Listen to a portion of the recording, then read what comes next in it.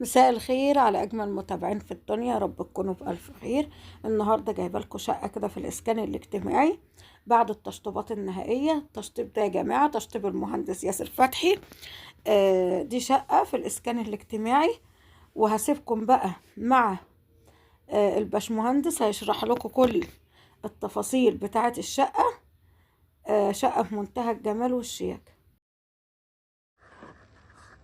السلام عليكم ورحمة الله وبركاته. ازي حضراتكم جميعا؟ يا رب دايما بخير وصحة وسعادة، وكل سنة وحضراتكم بألف خير وصحة وسعادة. النهاردة شقتنا من مدينة بدر، وبالأخص من حي الأندلس. زي ما احنا شايفين الباب المصفح التركي 11 سنتي، وعاملين الفريم حوالين الباب، طبعا مدي شياكة ومدي فخامة للباب. وهنسمي ونقول بسم الله الرحمن الرحيم، اللهم صل وسلم وبارك على سيدنا محمد. شقتنا النهارده فيها تفاصيل كتير هنشرحها مع بعض باذن الله، ويا رب اكون ضيف خفيف عليكم. بسم الله الرحمن الرحيم. ربنا يا رب يتمم على الجميع بخير يا رب، ويتمم على اصحابها بخير.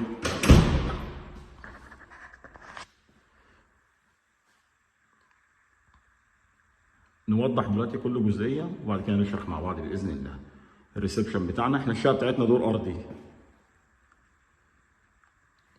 طبعا ده المطبخ، فتحناه امريكان كيتشن على الريسبشن بالكامل.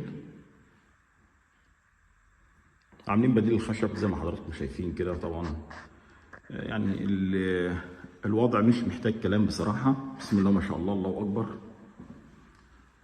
مستغلين بديل الخشب، ومجلدين بيه العمود والكاميرا، وعاملين بيه الكوانتر بتاعنا. على فكرة الكوانتر بتاعنا مش مباني، أنا بوفر في بعض العملاء بتعمل المباني وبعد كده بترجع تعمل قطعة المطبخ. أنا بوفر المباني والسيراميك الداخلي والمحارة الخارجية والقصة الكبيرة دي، ونوفر التكلفة، وبناخد نفس الكوانتر ده هو المطبخ بتاعنا، وبجلد ظهر المطبخ بديل الخشب زي ما حضراتكم شايفين. في حاجة كمان، إن إحنا الجزء اللي هو بيبقى بجوار البوتاجاز ده بيبقى جزء منعدم، ملوش أي استخدام، وبضطر إن إحنا نعمل له ركنة. لا، إحنا هنا خلينا الجزء الداخلي ده هو اللي هو مقابل للبوتاجاز هيبقى خارجي. عملنا ضلفة خارجية اهي، نقدر نستخدمها خزين براحتنا خالص اهي. وفي النهاية بقفل، هي مش باينة معايا خالص زي ما حضراتكم شايفين. بنحاول على قدر المستطاع ان احنا نستغل كل جزئية في المطبخ. طب نركز في المطبخ الاول، بعد كده نشرح الباقي. طبعا هنا خدنا ريشه ديكوريه ان هو بالاضاءه، طبعا مديها شياكه طبعا جدا للمكان. هنا دخله المطبخ بتاعنا، بنفتح دخله المطبخ زي ما حضراتكم متعودين. هنا استغليت الدخله ان هو في البدايه، لان الثلاجه بتاعتي هتتحط جوه في جزء الريسبشن الثاني، فهنا ما عنديش ثلاجه، حطيت ان هو عملت الدولاب اللي هو زي النيش كده هو يتحط فيه الام. واستغليت من الداخل البروفايل ليد زي ما حضراتكم شايفين.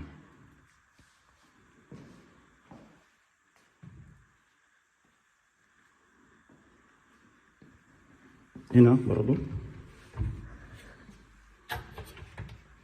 هنا مستخدمين الجزء ده كده اهو داخليا اهو جوه الضلفه.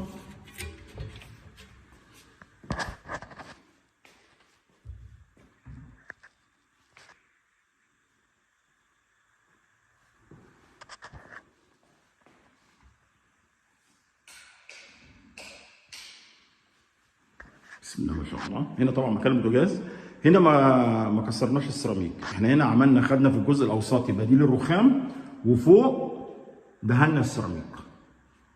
هو السيراميك كان في الجزء زي ده بتاع البوتاجاز اهو، السيراميك كان بني. احنا هنا خدنا بديل الرخام اهو في الجزء كله اهو، والعمود بتاعنا كمان اهو خدناه بديل الرخام. وجينا في الجزء العلوي عشان خاطر شكل السيراميك ما يبقاش شاذ بالنسبه للمطبخ بتاعي اهو، خدناه دهانات مع التراك لايت. الموضوع طبعا بسم الله ما شاء الله. وهنا اللي بدل الرخام واخد خشب، وطبعا معزول، وهنا الجزء ده اللي كنت مقصود ان هو بتاع البوتاجاز. الجزء ده كده اهو، ده ملوش اي استخدام. ال 60 سم ده ملوش لهم استخدام، انا ده اللي انا طلعت بيه لبره.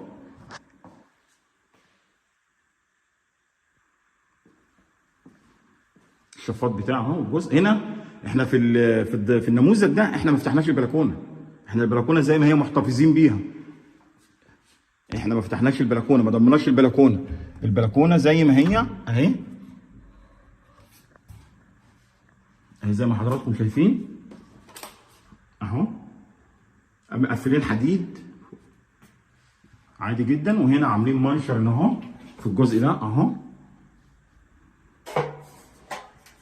عاملين المنشر بتاعنا هنا، وهنا عاملين علقه عشان خاطر المقشات والمساحات. وهنا الشفاط هنا اهو زي ما حضراتكم شايفين، محتفظين بالبلكونه زي ما احنا خالص، زي ما هو خالص موجود، ما ضمناش البلكونه لينا خالص. وهنا احنا عملنا ضمنا الباب بتاعنا، قسمناه نصين اهو، نفس الباب كان بتاع الليفنج، خدناه وقسمناه نصين عشان خاطر يبقى فيه اتساع من الداخل، اللي انا اقدر ان انا استخدم بلكونه من الداخل اهو. وفي النهايه شكله زي ما حضراتكم شايفين.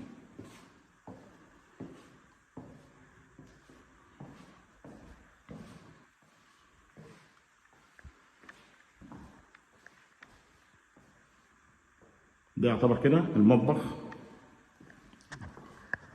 بتاعنا. بسم الله ما شاء الله، الله اكبر. طبعا مع الثلاث كراسي الميني بار على الكونتر، بسم الله ما شاء الله. ربنا يا رب يتمم على الجميع على خير، ويتمم على اصحابها على خير. هنا طبعا زي ما ذكرنا الشقه بتاعتنا دور ارضي، فتحنا البلكونه وقفلنا حديد سيفتي، وقفلنا المونتاج زي ما حضراتكم شايفين. وبقت المساحه بسم الله ما شاء الله، الله اكبر. خدنا المساحه بالكامل من الريسبشن وضمناها سوري للبلكونه. هنا التلفزيون عملناه تلفزيون دوار، مكتبه التي في عملناها دواره، بحيث ان هي اقدر استفيد بيها في الريسبشن اهو في الجزء ده، واقدر استفيد بيها في الليفنج كمان. بحاول اوضح لحضراتكم كل الجزئيه، النجف بتاعنا والهيدن لايت، السبوت لايت، زي ما حضراتكم كده شايفين. بكل سهوله اقدر ان انا احرك التي في بتاعي واستخدمه اهو في الليفنج بتاعنا. الشبابيك الالمونتال البي اس هنا عاملين هنا الساوند سيستم بتاعنا كامل، والام بي 3 بتاعنا هنا تاتش اهو في المكتبه.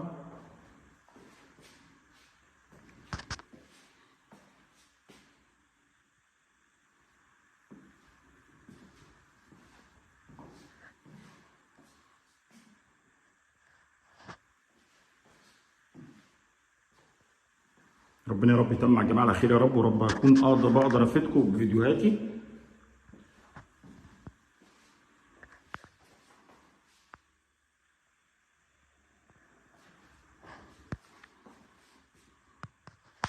يعتبر كل الامور واضحه لحضراتكم.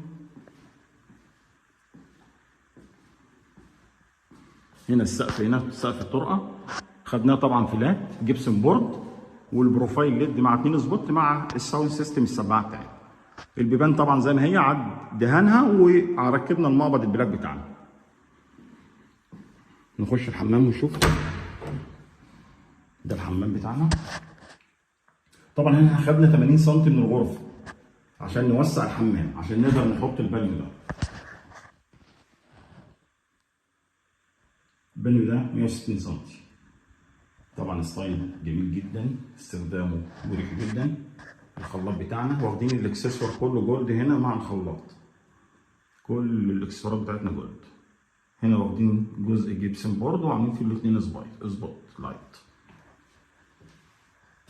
والقاعده بتاعتنا هنا فلاش تانك وقاعده معلقه زي ما حضراتكم شايفين، وبرده لاغين الشباك وعاملين شفاط. انا بحاول اشرح لحضراتكم طبعا كل الامور كلها واضحه لحضراتكم، بس بحاول على قدر الامكان ان انا اشرح لحضراتكم. هنا الوحده بتاعتنا والخلاط الجولد والاستشوار المجفف بتاعنا مع المرايه والوحده الطوليه.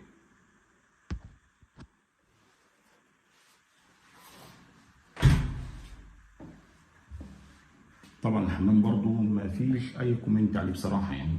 ده طبعا اي كلام هقوله هيبقى الشهاده يعني مشكوك فيها، بس فعلا هي الامور كلها كويسه جدا. شقه مريحه جدا، هاديه جدا، ولسه كمان بعد الفرش الموضوع هيبقى مختلف.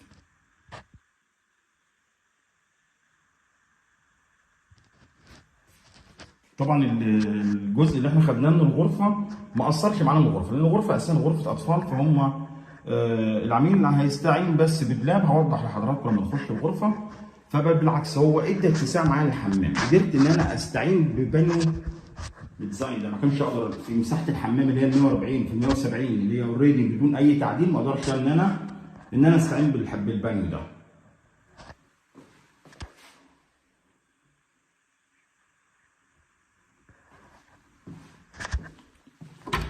طبعا الغرفه بتاعتنا احنا الجزء هنا خدناه اهو، الجزء ده خدناه. طبعا النجفه بتاعتنا هي اللي عامله ضيقه على الحيطه اهي، وطبعا مركبين مروحه هنا.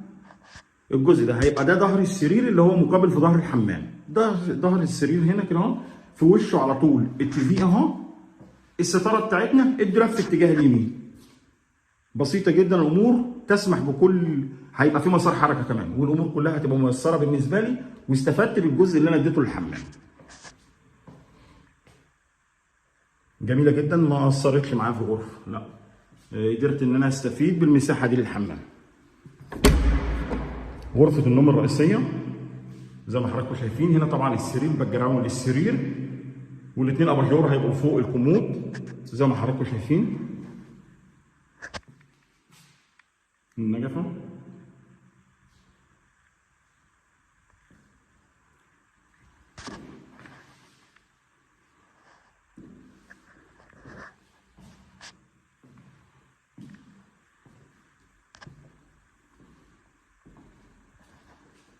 اوضح لحضراتكم برضو الاجزاء اللي هنا.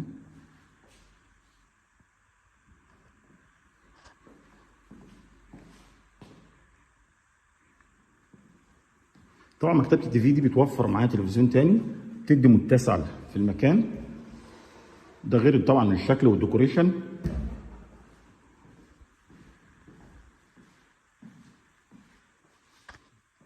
طبعا عاوز اوري لحضراتكم الفيو بس عشان في بعض الناس يعني بتقول لا مش شقه اسكان، لا شقه اسكان اهي. اهي يا فندم شقه اسكان اهو، زي ما حضراتكم شايفين دي عماير الاسكان الاجتماعي.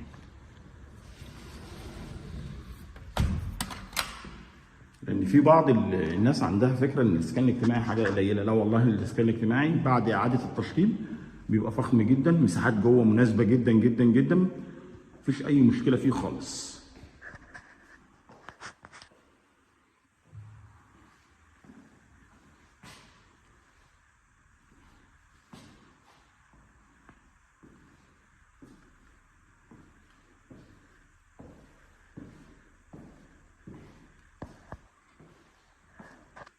طولت عليكم في الفيديو، انا ما بحبش اطول على حضراتكم والله، بس يعني حبيت ان انا اوضح كل جزئيه في الفيديو، لان هو فعلا يستاهل ان انا اشرح كل جزئيه في الشقه. فكره برضو عاوز اوضح على فكره البلكونه والمقفوله مش وحشه، يعني البلكونه وهي ما اتضمتش للمطبخ مش وحشه، بالعكس مديه شكل كويس جدا، وبقدر استخدم بلكونه. ففي المنتج برضو كله بيرجع لاستخدام الشخص نفسه، لاستخدام الشخص المقيم في الشقه. احنا بنحاول ان احنا نناقش الامور كلها بحيث ان هو استخدام الشخص نفسه هو اللي بيتغلب على التشطيب، هو اللي بقدر ان انا دوري ان انا اعمل اللي هو هيكون موفر ليه الراحه في شقته.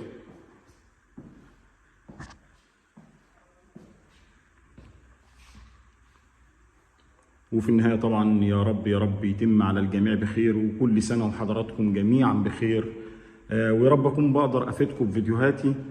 وكان معكم المهندس ياسر فتحي، والسلام عليكم ورحمة الله وبركاته.